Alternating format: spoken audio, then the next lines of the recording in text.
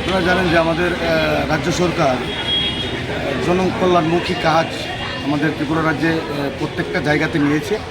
তারও ব্যতিক্রম হয়নি আমাদের এই সাতরামনগর।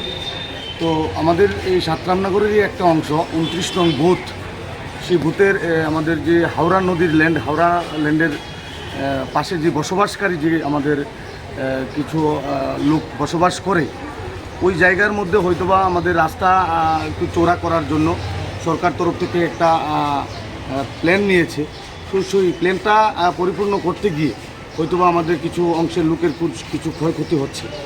তো সেই বিষয়টার উপর ভিত্তি করে এসডিএম থেকে একটা রিপোর্ট বা একটা নোটিশ তাদেরকে করেছে যে 7 দিনের মধ্যে আপনারা ওই জায়গাটা ছেড়ে দেওয়ার জন্য।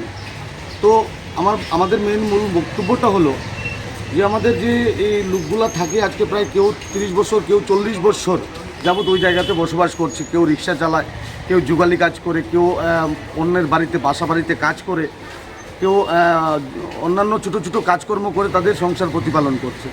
তো এই সময়ে যদি তারা অন্য জায়গায় হস্তান্তর হয়ে যায় বা উঠে যায়, তারা কোথায় যাবে? তাদের বাচ্চা কাচ্চা নিয়ে খুব একটা দুর্ভিক্ষর মধ্যে পড়বে।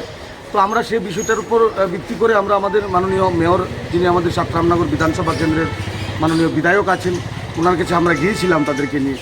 তো বিধায়ক আমাদেরকে আশ্বস্ত করেছেন যে আপনারা টেনশন করার কিছু নয়, আপনারা এসডিএম স্যারের সঙ্গে গিয়ে কথা বলুন, সাক্ষাৎ করুন, উনি কী চায় বা ওনার রূপরেখা কী আপনারা জানতে চেষ্টা করুন।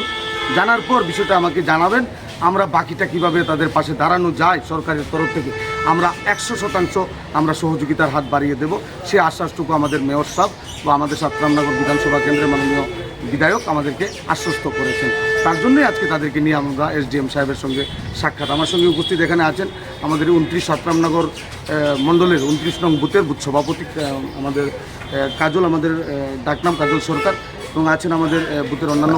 আপনারা কি চান? আমরা চাই তাদেরকে একটু পুনর্বাসনের ব্যবস্থা যদি করা হয়, তাদেরকে ক্ষয়ক্ষতির মাধ্যমে যদি আমাদের একটু পুনর্বাসনের ব্যবস্থা, অল্প কিছু জায়গা হলেও যদি তাদেরকে দেওয়া হয়, তাহলে তারা বাচ্চা কাচ্চা নিয়ে, ছেলে মেয়ে নিয়ে তারা একটু সুন্দরভাবে পরিবেশের মাধ্যমে থাকতে পারে। সেইটুকু দাবি আমরা আজকে এসডিএম সাহেবের সঙ্গে রাখবো। কতটা ফ্যামিলি রয়েছে এখানে? আজকে এই জায়গার মধ্যে প্রায় 19টা ফ্যামিলি আছে যাদেরকে নোটিশ দেওয়া হয়েছে। হ্যাঁ, নোটিশ দেওয়া হয়েছে। আপনার পরিচয়টা? আমি এই সাতরামনগরের একজন বাসিন্দা এবং আমরা শ্রমিক সংগঠন নিয়ে আমি কাজ করি। আমি মজদুর মনিটরিং সেলের রাজ্য সম্পাদক হিসেবে কাজ করছি।